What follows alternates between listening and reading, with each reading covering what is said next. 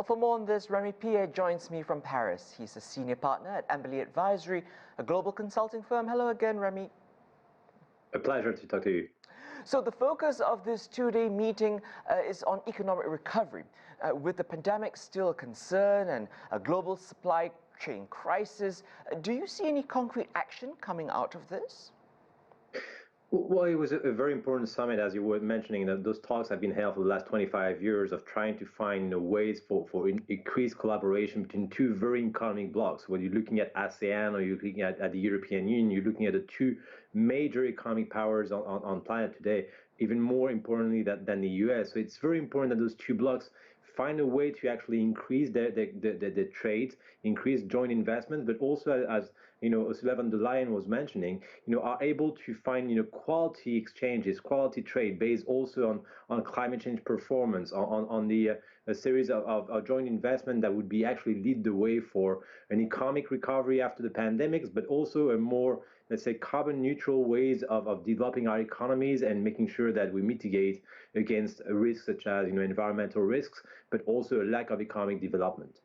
Remi, you bring up, these two big blocs. I mean, exactly. ASEM is the next biggest gathering of world leaders after the UN General Assembly, and yet it is informal. So how much teeth does it really have? What is the role of this forum?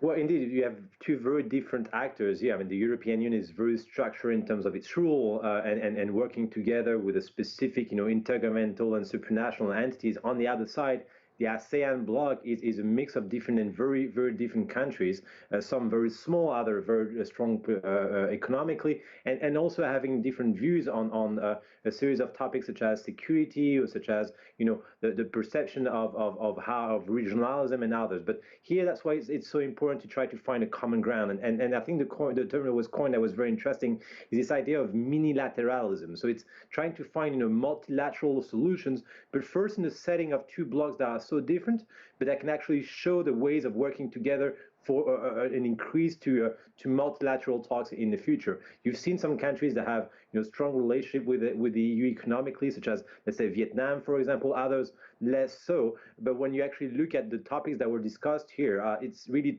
looking at quality of investment, the terms of trade, and trying to find, especially at the time when the European Union is trying to push forward for a question of environmental trade systems, so maybe trade barriers at the frontier of the EU based on the capacity for producing countries to include climate change elements inside their production. You're looking here at if the EU and ASEAN are able to find a common ways here on those issues to be able then to scale it up at a multilateral level.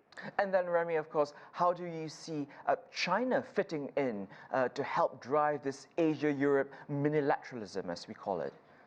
Yeah, obviously the relation with China is essential here, and we keep in mind the agreement on joint investment that was actually upheld last December, and the idea here is try to be able to find ways to increase joint investment between China and the European Union. As you remember, this ratification of that agreement was actually not stalled at the European Parliament based on claims on human rights and sanctions on the series of different parliamentary members in the European Union. And that's why it's so important for China and the EU to be able to move beyond those issues of human rights, maybe agree on lifting sanctions, especially on key European Parliament members that were placed under scrutiny by China, because if not, then this agreement of investment will not move forward. And that's the way the European Union works. It has to be ratified by the European Parliament. It has to go through a very specific process.